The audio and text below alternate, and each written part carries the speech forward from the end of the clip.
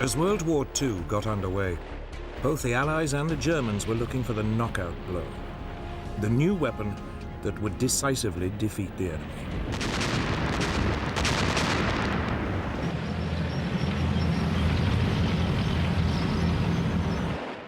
For Hitler's Germany, the problem was that Britain was an island. His tanks couldn't blitzkrieg across the Channel. The only way to defeat her was to strangle her seaborne supply routes.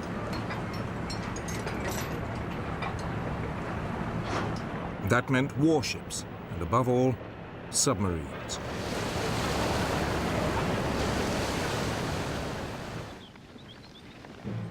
For the Western Allies, the problem was attacking Germany when there were no Allied troops in mainland Europe. The solution they adopted was strategic bombing. Aerial bombardment aimed at destroying Germany's infrastructure and pounding its people into submission.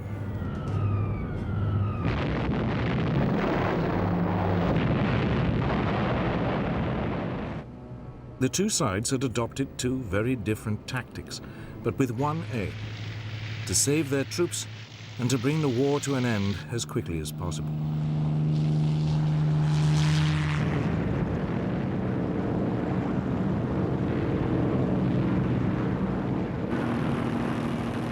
Ironically, it was the Germans who first started strategic bombing. In August 1940, Luftwaffe bombers accidentally hit London. The RAF retaliated by bombing Berlin.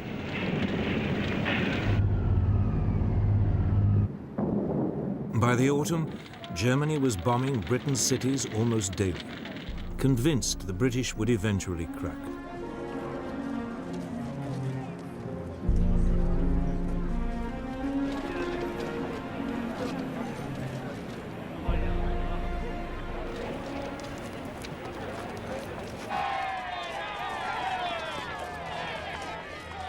But the Blitz, as it was called, never showed any sign of forcing the British to surrender.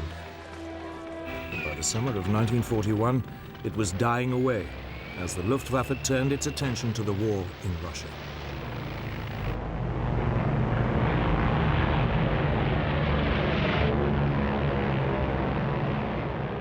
But for the British military command, bombing remained the only way of striking directly at Hitler's Germany.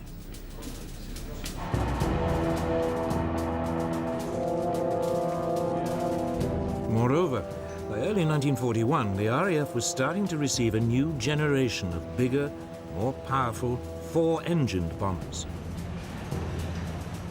These could carry loads of up to 18,000 pounds of bombs, 4 times the capacity of earlier aircraft. The first of these was the Short Stirling.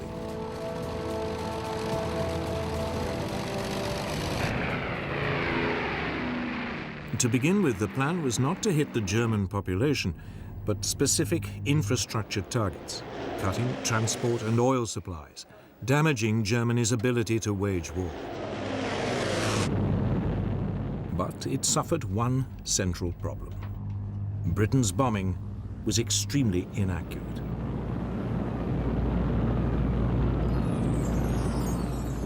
In August 1941, a secret British report showed that over the crucial German Ruhr industrial area, only 10% of British bombers were getting their bombs within 5 miles of their target. At the same time, the German air defenses were taking a terrible toll on British planes.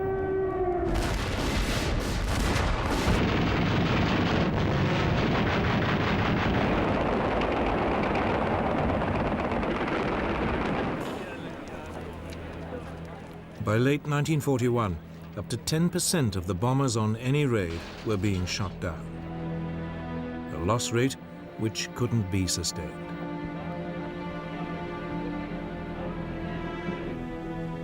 The Royal Air Force High Command decided to change tactics.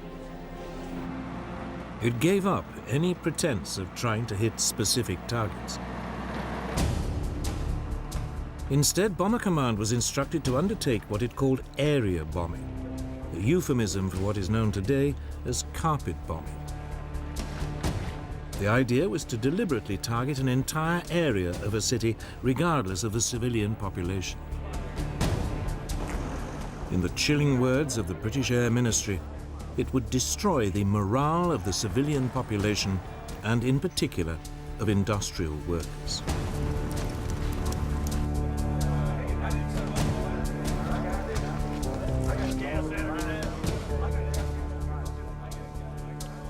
Its leading exponent was Air Marshal Sir Arthur Bomber Harris, who was now appointed Commander-in-Chief of RAF Bomber Command.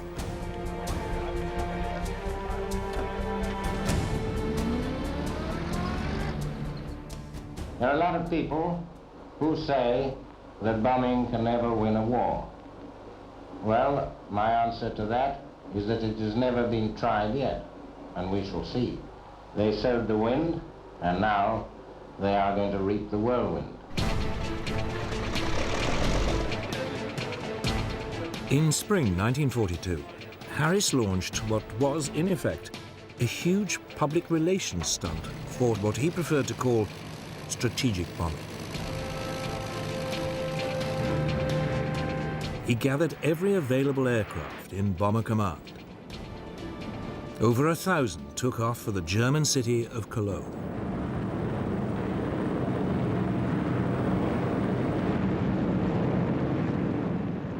The city's defenses were overwhelmed. 600 acres were destroyed.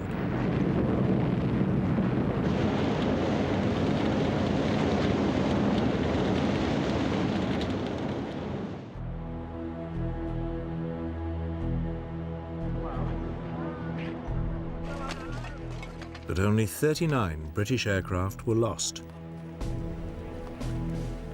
Harris had won his point. He now had the full support of the British Prime Minister, Winston Churchill.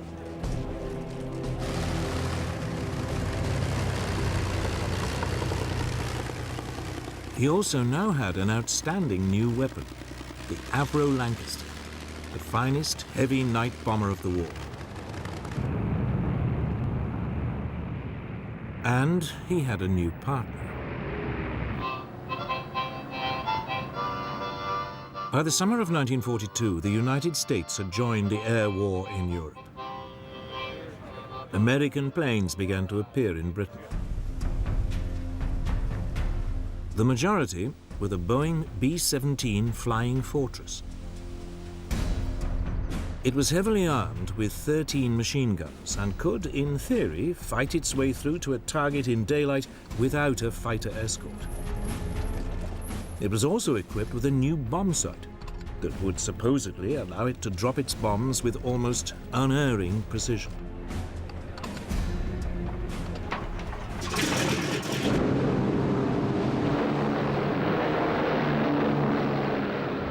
These features encouraged the Americans to ignore the lessons of the early British campaign and return to targeted raids on Germany's infrastructure.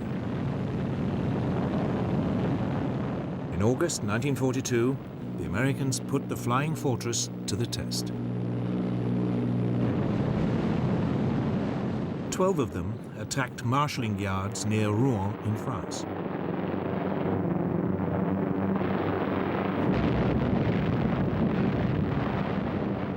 Damage was slight, but the United States lost no aircraft.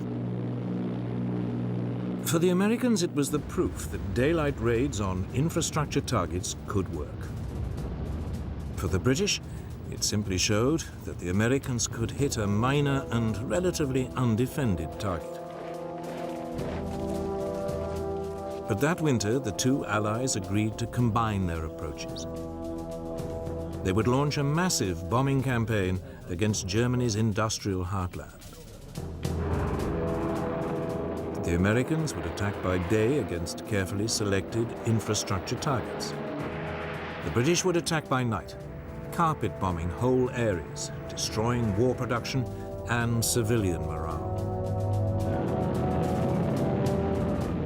They hoped it would be so devastating, it might even bring the war to an end.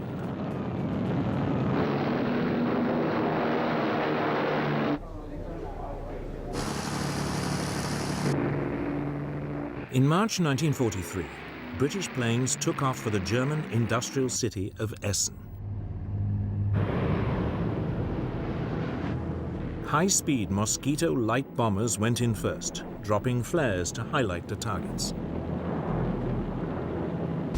Then a force of nearly 450 Lancaster bombers swept over the city, dropping their loads.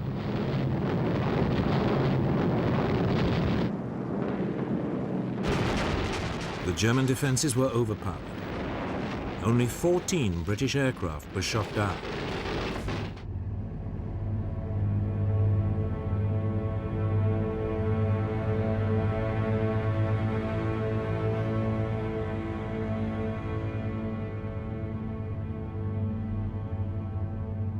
The Essen raid was followed by wave after wave of similar attacks on industrial towns in the Ruhr.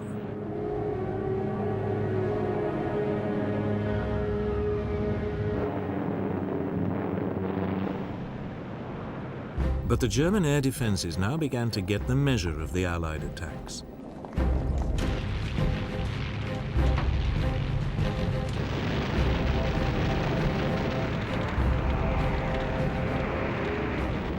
Britain's losses climbed to 1 in 10. Harris was forced reluctantly to call a halt to the attacks.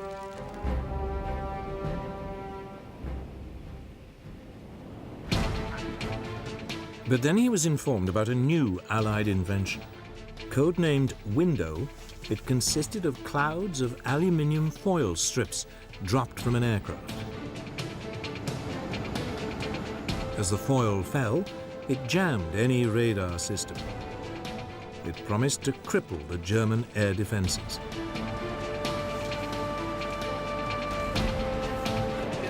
Harris seized on it.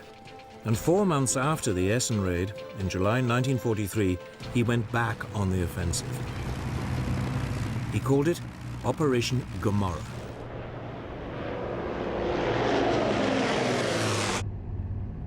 The target this time was the industrial port of Hamburg.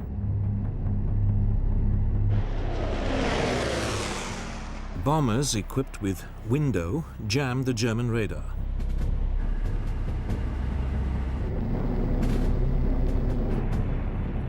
Other aircraft dropped incendiary bombs.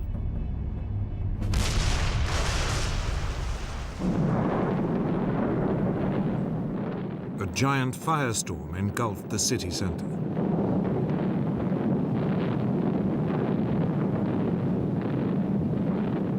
"40,000 people died, and 500,000 were made homeless.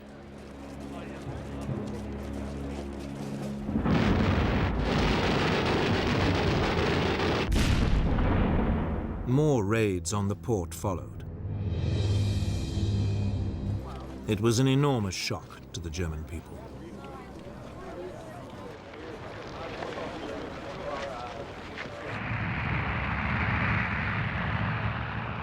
Four months later, in the autumn of 1943, Harris followed Hamburg with a series of attacks on Berlin.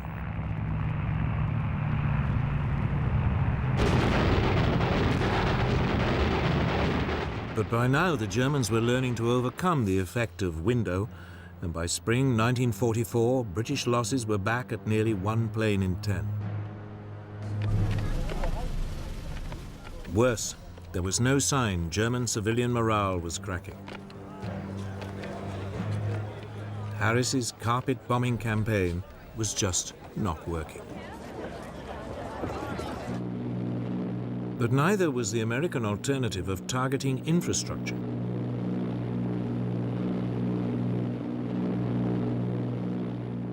By the spring of 1943, US Army Air Force daylight raids were steadily reaching deeper into Germany. But American losses were climbing. Around 1 in every 15 planes was being shot down.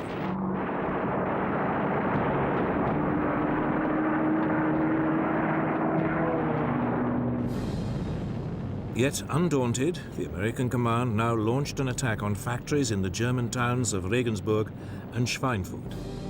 It was hugely ambitious.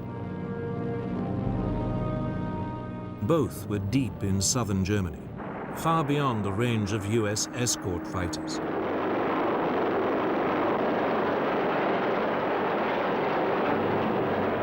It was a disaster. The 380 flying fortresses, which US bomber chiefs had assured everybody wouldn't need a fighter escort, were harried and shot down. The loss rate was over 16%.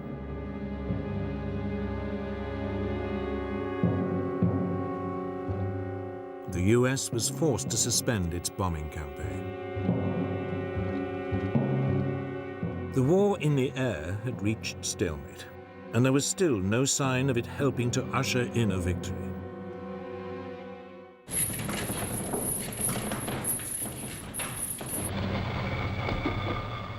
Then, in the early summer of 1944, as the Allies prepared to invade mainland Europe, the British and American air forces were tasked with disrupting German communication lines and oil supplies. It represented a return to targeted infrastructure bombing. But this time, the Allies had a new weapon.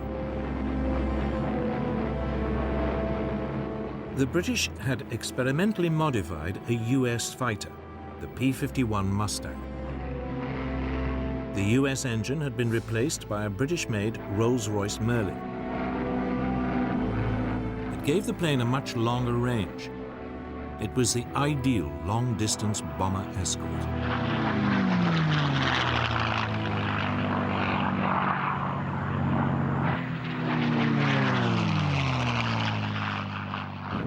The Allied bombers hit bridges and roads leading to the German front in France with almost surgical precision. Oil supplies to the German military were drastically reduced.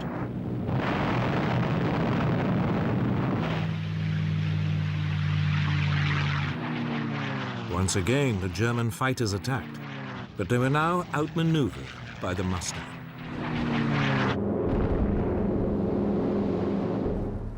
Much of the German Air Force, now running low on fuel, was grounded.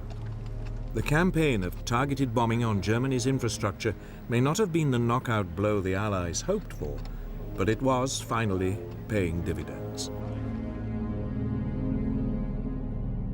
But one man was not impressed.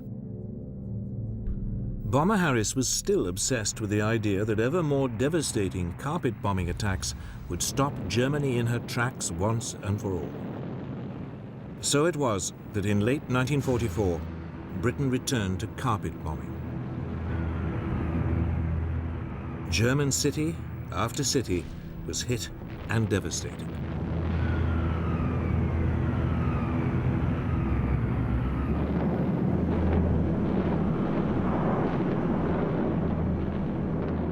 Then, in February 1945, Harris attacked Dresden, a city with virtually no military significance. The city's civilian population had been inflated by refugees fleeing bombing raids elsewhere. Yet Harris seems to have had no regard for civilian life.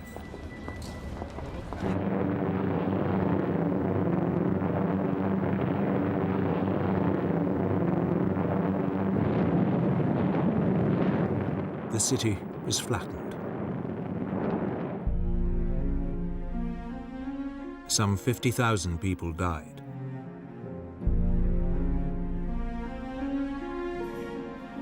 It was a raid too far. Finally, questions began to be asked about the morality, let alone the efficacy, of carpet bombing. Whatever it had achieved, it had been done at an horrendous cost of civilian and military lives. Critically, it had failed to break German morale, yet 60% of RAF crews had died before they had completed 30 missions.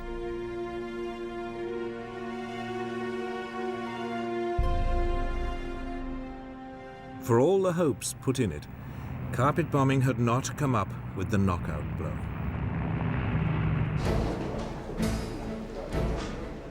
The Germans, meanwhile, had put their faith in an altogether different technology to give them the knockout blow they needed to win the war.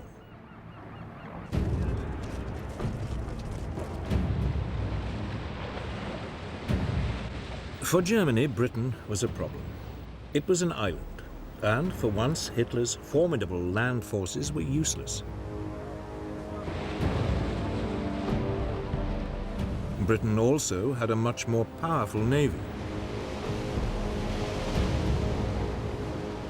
Yet Hitler calculated that if he used what he had strategically, he could fatally disrupt the sea convoys that were keeping Britain supplied with everything from oil to food.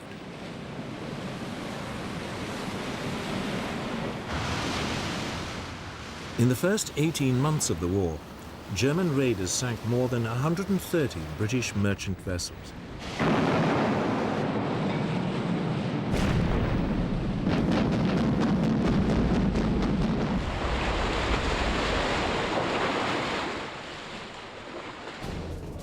Some of the most effective raiders were the so-called pocket battleships, small but powerful warships designed in the 1930s to circumvent restrictions imposed on German rearmament after World War I. One, the Graf Spee, became particularly notorious.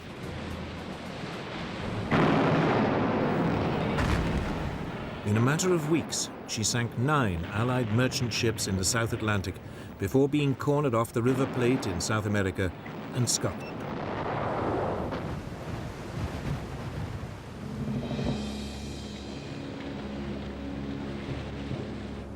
But the raids were taking a serious toll. If the losses continued to rise, Britain would have real supply problems.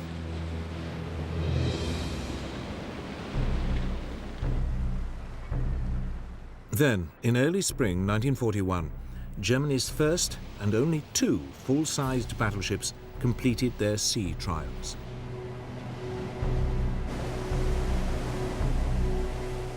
They sent a shiver through the British Navy.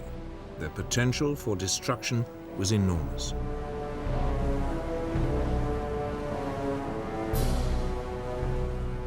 First into action was the Bismarck.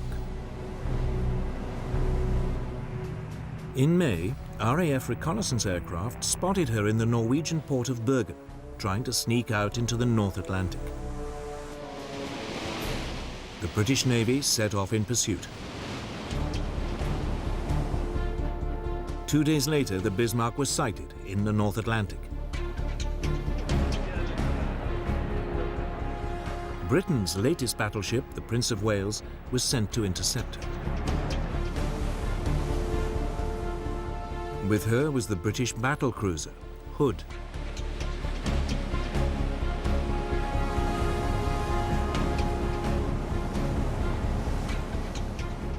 Early on May the 24th, 1941, the 2 forces met.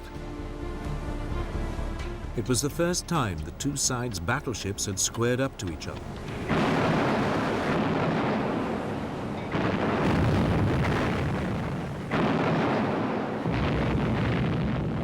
Almost immediately, a shell from the Bismarck plunged through the weak deck armor of the Hood. It penetrated one of the aft magazines. There was a huge explosion. Only 3 of the Hood's 1,200 crew survived. The Prince of Wales, now outnumbered, retreated. It was round 1 to the Bismarck. 2 days later, Bismarck was spotted again, this time far to the south, several hundred miles off the coast of France. British Swordfish torpedo bombers swooped in.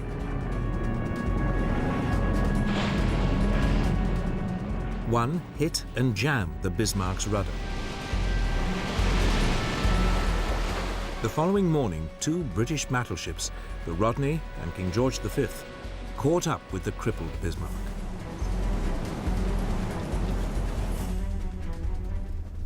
They started pouring heavy caliber shells onto the hapless German ship. She was soon reduced to a blazing wreck. Bismarck was finally sunk by a torpedo. All but 110 of her 2,300 crew perished. The Bismarck had been sunk before she'd had a chance to prove her worth.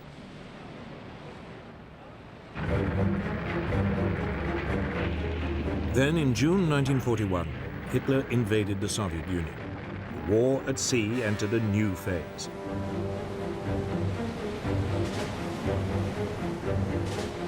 Britain began sending supply convoys to the Russian Arctic ports of Murmansk and Archangel.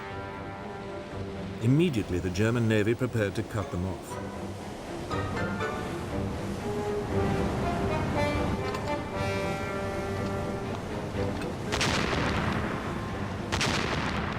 Convoy after convoy was attacked or threatened. By summer 1943, it had become so dangerous, further convoys to Russia were suspended until the autumn, when it was hoped bad weather and poor visibility would offer some protection.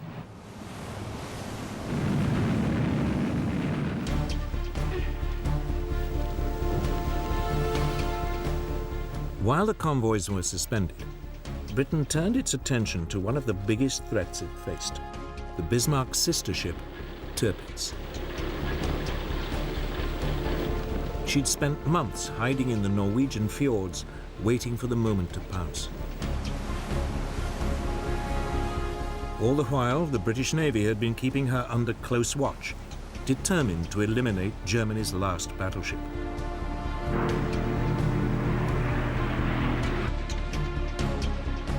In September 1943, 5 British midget submarines known as X-Craft were sent into the Norwegian fjords to sink her.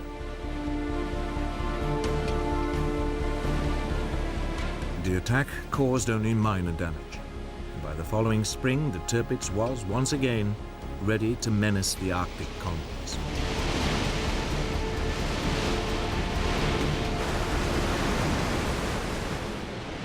The Royal Navy now sent in a massive force to attack her. It included 6 aircraft carriers.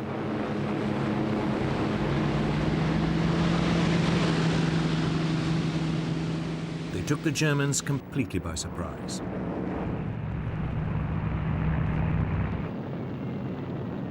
British dive bombers attacked Tirpitz. But she was heavily armored, and the relatively small bombs caused only superficial damage. 3 months later, she was ready for action again.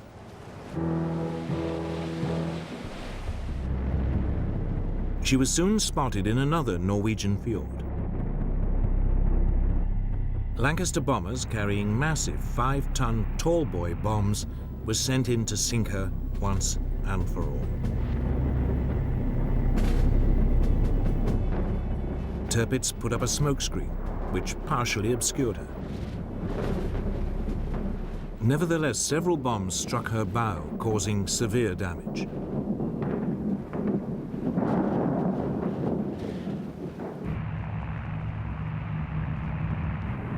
Finally, 2 months later, a squadron of Lancaster bombers caught her in perfect weather conditions.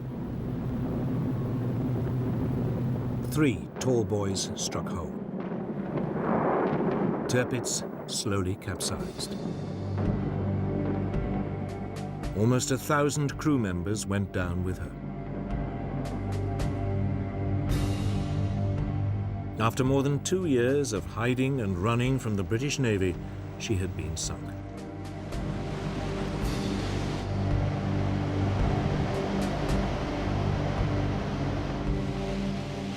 Germany's battleships had promised much, but against the overwhelming might of the British Navy, they'd never had a chance to prove their worth.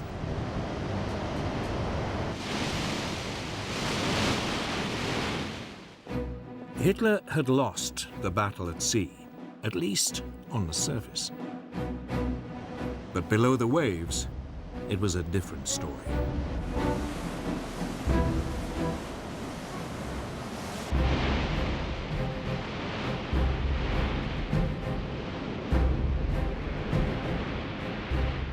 Germany's military planners had long expected that the country's U-boat fleet would play a key role in cutting Britain's supply lines.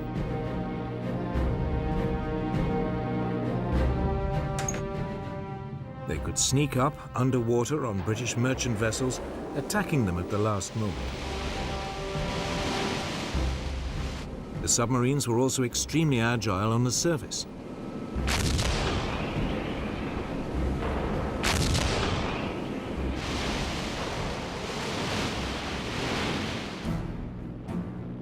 To combat the threat, Britain's merchant fleet was corralled into convoys for protection. But there was a serious shortage of anti-submarine ships to escort them. Many ships sailed without protection. Yet Britain's naval command remained remarkably complacent. They believed they had the weapons and the technology to contain the U-boat threat. It was soon proved wrong.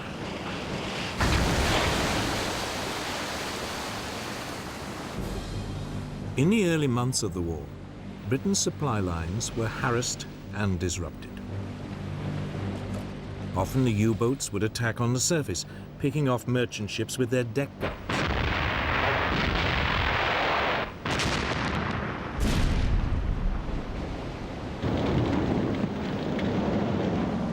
In response, the Royal Navy sent aircraft carriers equipped with submarine hunting aircraft to patrol the sea lanes used by the convoys.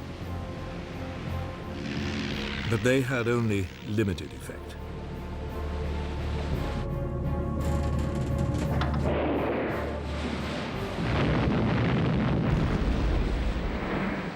By the end of 1939, over 100 Allied merchant ships had been sunk by German submarines. If losses continued at this rate, Britain would face disaster. Oil, food, and weapons would all begin to run short.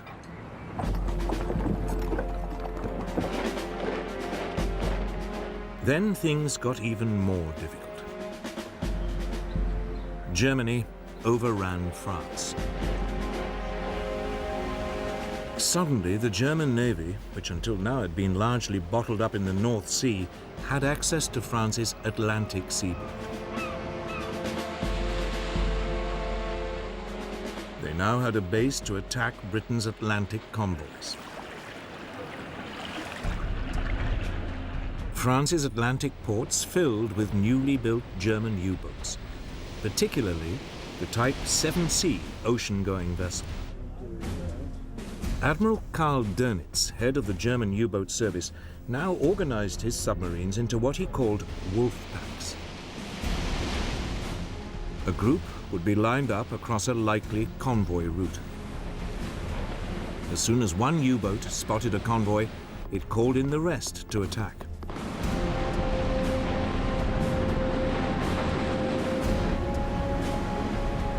Sometimes the U-boats were also guided by long-range patrol aircraft.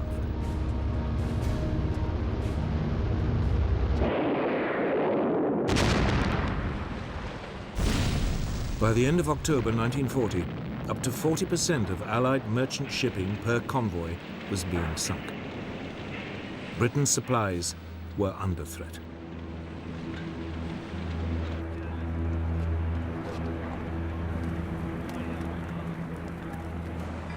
German U-boat crews called it the Happy Time, and top U-boat commanders became national heroes.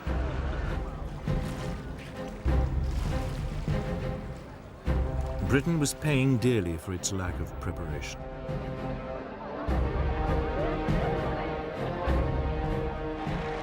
But finally, things began to change. A crash-building program of anti-submarine escort vessels was producing results.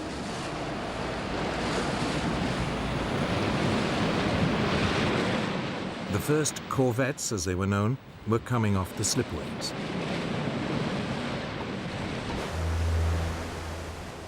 For the first time, Britain could set up permanent groups of warships to escort the supply convoys. But their effectiveness was limited by the fact that their top speed was 15 knots, 2 knots slower than the surface speed of a U-boat.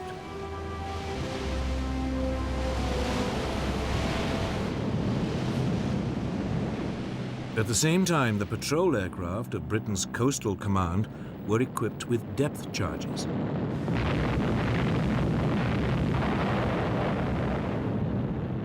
They lacked the range to cover the mid-Atlantic, but U-boats on the surface near their bases could be harried and forced to submerge.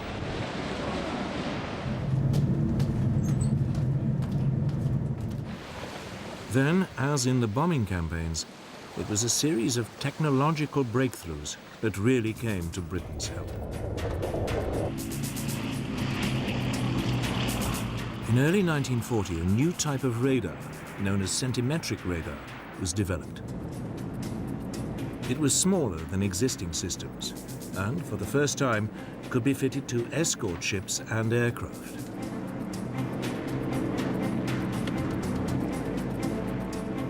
Now, any German U-boat on the surface was vulnerable.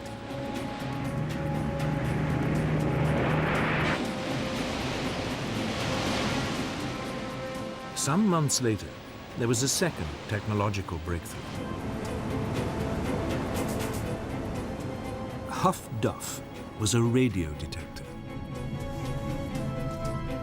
Anytime a German U-boat surfaced to communicate, Huff Duff could pick up the radio signal and pinpoint its exact position.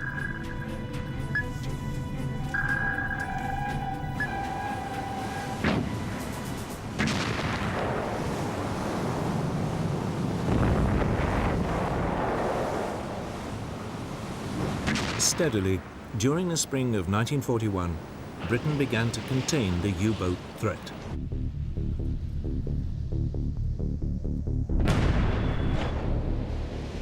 Merchant shipping losses fell by more than half.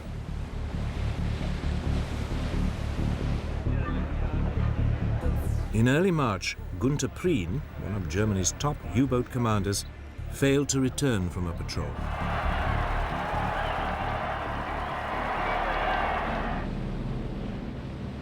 Shortly afterwards, 2 more top German U-boat commanders lost their lives in quick succession.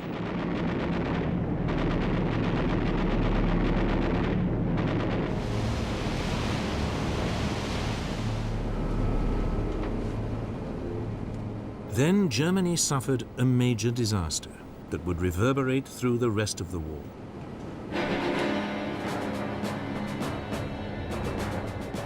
In May 1941, the British destroyer Bulldog forced U-110 to the surface and captured the submarine. On board was an Enigma machine used for encoding German signals. More importantly, Bulldog also captured the naval code books that went with the machine. It would provide vital assistance to Britain's code breakers. Soon, unbeknown to the Germans, Britain was getting a real insight into German naval communications.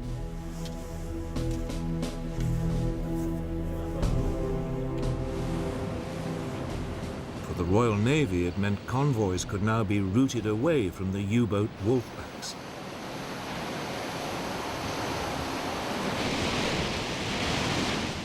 Germany's submarines had to work harder and search further to find and sink their prey.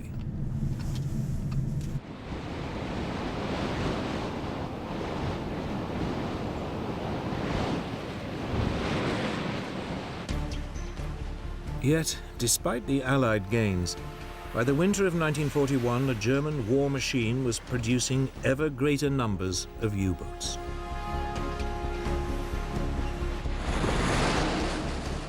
The long-term outlook for Britain's supply routes still looked ominous. Then, in December 1941, the war at sea changed decisively.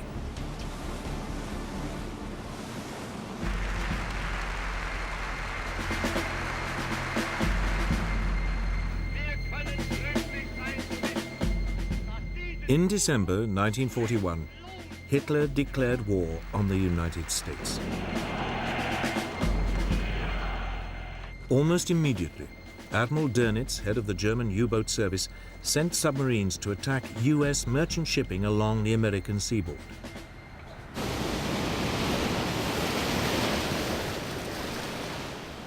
At first, only a few of his submarines, the new Type 9, were capable of making the long voyage from Europe. They found easy pickings. The US Navy's Commander-in-Chief, Admiral Ernest King, had resisted British advice to corral his merchant ships into convoys.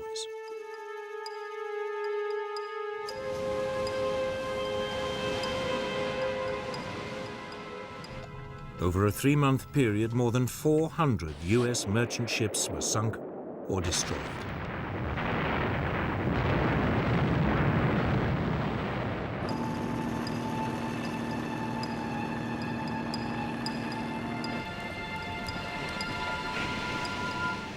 America was learning the tough lesson Britain had already learnt. Something had to be done.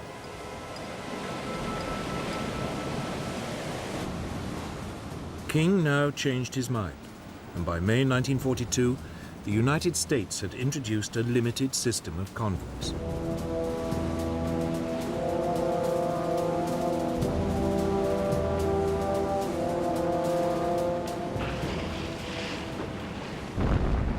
By July, the US losses were falling. It forced the Germans to adopt a new tactic. They would concentrate their U-boats in one particular part of the North Atlantic, the Black Gap, the area in mid-ocean too far from land for anti-submarine aircraft to reach.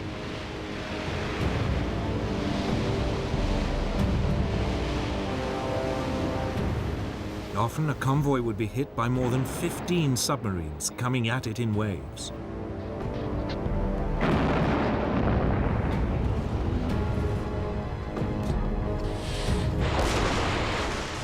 During October 1942, 56 Allied ships were sunk in the Black Gap. By the following March, Allied losses had reached 120 ships in a single month.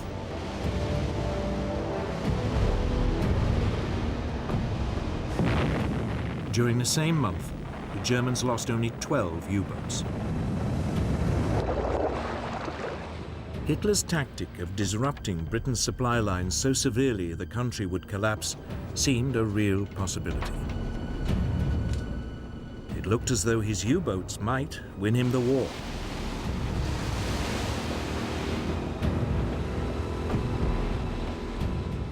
But now the Allies began to up their game.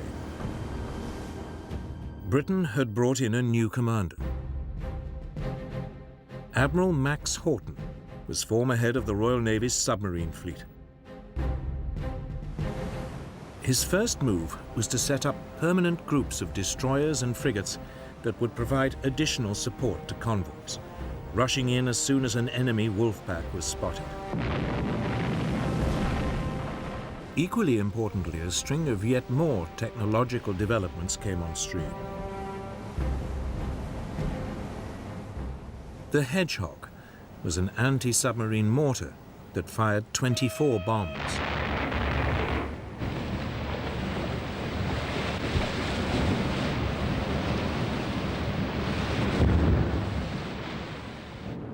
Allied aircraft were fitted with a new high-powered searchlight, the Lee Light.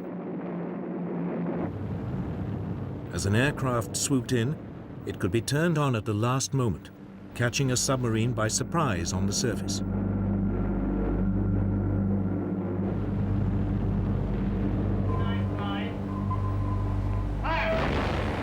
The steady technological advance now began to pay off.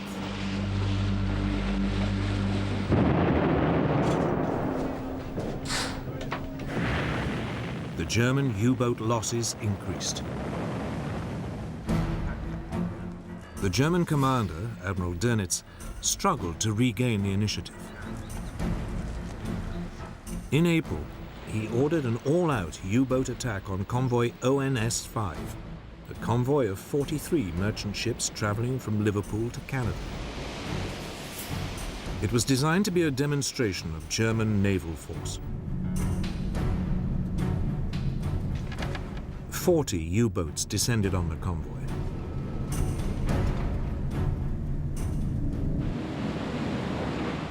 The British sent in extra support groups. Anti-submarine aircraft flew from Canada.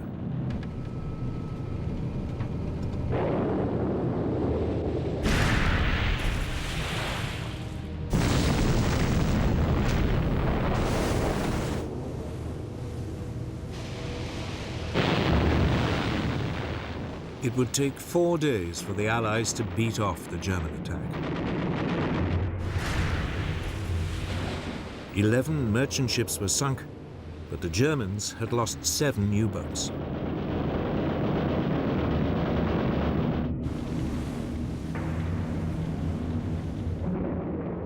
Two weeks later, Dönitz tried again, attacking a second convoy.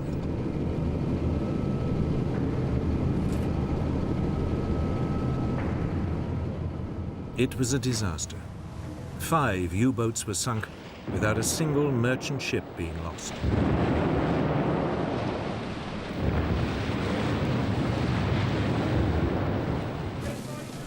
During May 1943, a quarter of all Germany's operational U-boats was sunk. The Germans were finally beginning to lose the U-boat war in the Atlantic. So the Allies now took the battle to the Germans. A new long-range version of the US B-24 Liberator bomber was introduced. It could now reach the German U-boats in the Black Gap. Germany's submarine designers tried to respond with innovations of their own. U-boats were fitted with radar detectors and anti-aircraft guns. Some were also fitted with the Dutch-designed Schnorkel, an air inlet that meant that submarines could spend longer underwater, hidden from Allied radar.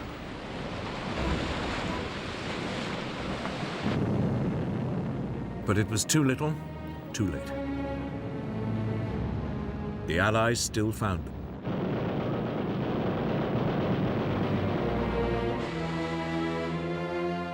Hitler's U-boats were now pinned down in port. It was too dangerous for them to roam the ocean freely. German attempts to find an answer became increasingly desperate. They now produced a revolutionary new submarine. It was known as the Type 21.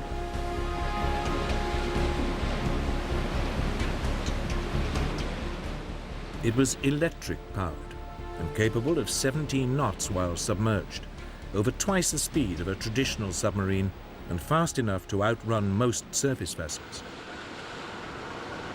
But again, it was too late. Only one ever became operational, and it never made contact with the enemy. By the end of 1943, the Allies dominated the Atlantic. It was a turning point in the war. Hitler's U-boat campaign had taken a terrible toll on both sides. The Germans lost nearly 800 submarines. 75% of the U-boat crews perished. On the Allied side, some 32,000 sailors died.